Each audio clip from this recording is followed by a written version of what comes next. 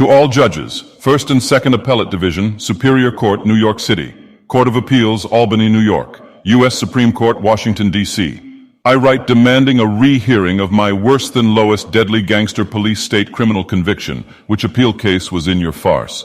Deadly gangster, ghetto communist gangster computer, God-manipulated gangster court. Below, I state some of the many reasons for said rehearing, plus all of my evidence the Attorney General chicanerously forwarded to the Bar Association Grievance Committee for prosecution of felon gangster Mafianik and Waddick, the Black Frank Gulata, a gangster judge, therefore unprosecutable. The blackish menial Waddick in appearance and demeanor, felon vicious parroting puppet ex-district attorney Nassau County with no private law experience, detested by all factions. In spite of this, solely because of his many years secret gangsterization and crucifixion of me, this Waddick low mafionic deadly Black Frank Gulata was then immediately and unprecedentedly and repeatedly rapidly promoted in spite of tremendous opposition to the present position of second highest state judgeship solely through gangster computer god manipulation. As additional evidence, during the last week of my within-mentioned month-long worse than a farce Nazi court criminal trial in Nassau County Court, 1958, where dwarfed felon gangster parroting puppet rectum lapper sodomist Judge William Sullivan's ball off at felon slut wife. She, as planned, sat in the front row, repeatedly stripping her over clothes and completely pulling up her dress and slip and pulling aside her old-fashioned pink bloomers in order to display her anus, her cunt. She repeatedly gesticulated and whispered, "I'll give it to you to suck. Finish him." Her husband, dwarfed felon gangster parroting puppet rectum lapper sodomist Judge William Sullivan, flush-faced, in repeated open sodomistic displays, stuck out his tongue, wiggling it, chuckling to her, "You hangman rope gangster felon parroting puppet scum on top playboys can watch my Frankenstein eyesight television playback of this felonious, lowly, sodomistic display by the felon sodomist Judge William Sullivan and his lowly felon slut wife during my trial in Nassau County Court." After my worse-than-Nazi court criminal conviction crucifixion, for years in poverty I suffered hopeless, jobless character assassination and isolation in this low, deadly Enwa town.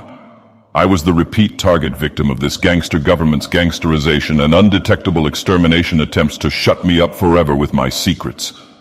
Then, in December 14th, 1965, I attempted to escape this worse mongrel gangster communist country to return to the Slovenic Polish land of my forefathers. Instead, in a gangster-staged, parroting puppet deadly conspiracy, I was flown from Kennedy, New York Airport at night to a small, distant St. Lawrence River estuary snowbound small airport under the guise that I was in Warsaw, Poland. Immediately, many things proved this to me, including the two big white asbestos-shingled hangars with the large Braniff Airways signs on their sidewalls, in addition to the many blurted statements I solicited from the many CIA deadly gangsters, the assassins of me, the many parroting puppets all around me. I demanded an immediate flight back to Kennedy, New York Airport. Instead, I was held captive all night, later in chains. I refused both. All food and requests I'd go to sleep.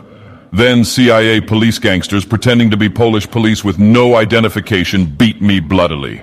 Later, while my return trip 707 Boeing jet airliner was being serviced for my return trip, I quickly walked into the airplane and saw a CIA gangster with a small electric hairdryer type blower pumping deadly poison nerve gas smoke into secret compartments under the ashtrays in the arms of the chairs where later I was ordered to sit in the airplane full of CIA underlings, passengers, my assassins, who giggled as they watched me dragged in chains into the airplane by the gangster CIA police gangsters.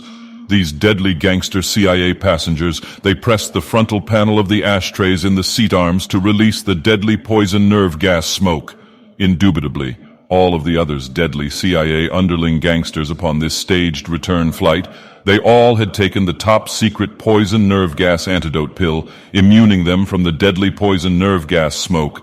Deadly poison nerve gas smoke was sprayed at me from cigars, cigarettes, even from ballpoint pens, also from the wig of a woman sitting next to me. Even the Swiss cheese-type ice cubes were evaporating into poison nerve gas smoke in all of the free drinks. I got up and went to the rear of the airplane by the rear exit door with the large push-up handle. My Frankenstein Brain Thoughts broadcasting radio disclosed my intentions immediately. The loudspeaker screamed that the flight was over and that our airplane was already preparing to land at Kennedy, New York Airport. You hangman rope sneak gangster playboy scum on top, no. These facts are true. Not only from taking part in such undetectable exterminations, but also you chicanerous, demented, felon-parroting puppet gangsters can watch my Frankenstein eyesight televise and playback of all these horrible, terrifying, deadly events. When I returned home, Joseph Nindek, my only brother and deadly felon murderer and assassin spy agent against me for this gangster government, he beat me repeatedly, cursing me that I was not exterminated by all of the poison nerve gas smoke and that I did the impossible, in that I kept awake for 3 days and refused all food in order to prevent my sneak extermination. In accordance with the completely gangster computer god concocted and manipulated statutory laws, one of your gangster court's requisite duties is to automatically rehear my said appeal case, because it has been brought to your attention, you hangman rope gangsters, that my entire life was destroyed by you co-conspirators through the gangster government's perjured and fabricated criminal conviction of me in order to fulfill the demands of your communist god, the worldwide mad deadly gangster computer god. You deadly parroting puppet felon gangsters already know that I have been and am an innocent primary victim and target for destruction and extermination, because I am a menace to your gangster computer god, and that I am worse than defenseless without the gangster protection and control of the gangster Frankenstein earphone radio. I stand alone against you demented, deadly gangster parroting puppets, namely this worse gangster communist computer god-controlled gangster government. Before I'm exterminated by you hangman rope underlings, I demand a reply. October 21st, 1976, Francis E. Deck, Esquire.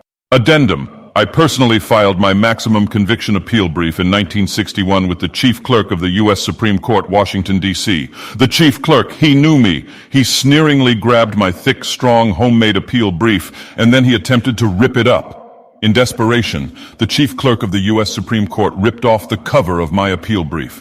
Miraculously, I stopped him without a deadly scene, to me. Then, filing my ripped appeal brief, the felon, another co-conspirator with the 9 hangman rope gangster judges, the chief clerk in cowardly fear, in staccato speech and gesticulation, he confessed to me, Mr. Deck, everyone is in on this one against you, even the Attorney General, namely Bobby Kennedy, younger than his very young brother Jack Kennedy, Kennedy then president, the Kennedy Playboys. Little fag. Bobby was a felon, lowest, chicanerous, untouchable, parroting puppet gangster against worse than defenseless Mr. Francis E. Deck, Esquire. My quick questioning and the co-conspiring felon chief clerk explained and gave me a new and special notice form for only Mr. Francis E. Deck, Esquire, which had to be mailed to the opposition, the deadly gangster district attorney, in order to prevent the dismissal of my appeal case. Leaving quickly, I noticed in the room and hall several approaching uniformed and plainclothes be-weaponed police. Later, Joseph Nindek, my only brother, deadly villain, murderer, and secret assassin spy agent against me for this gangster government, cursed me, stating that I tricked the chief clerk of the U.S. Supreme Court and that I got out of that death trap fast. So, brainwashed from birth by the computer god threshold brainwash radio parroting puppet gangster slave, if you believe in anything, forget kneeling to abide by the high holy law long enough to say one word of prayer for me, for your only hope for a future. Footnote. Remember, it is gangster U.S. Supreme Court written high holy law. I'll give it to you to suck. Finish him.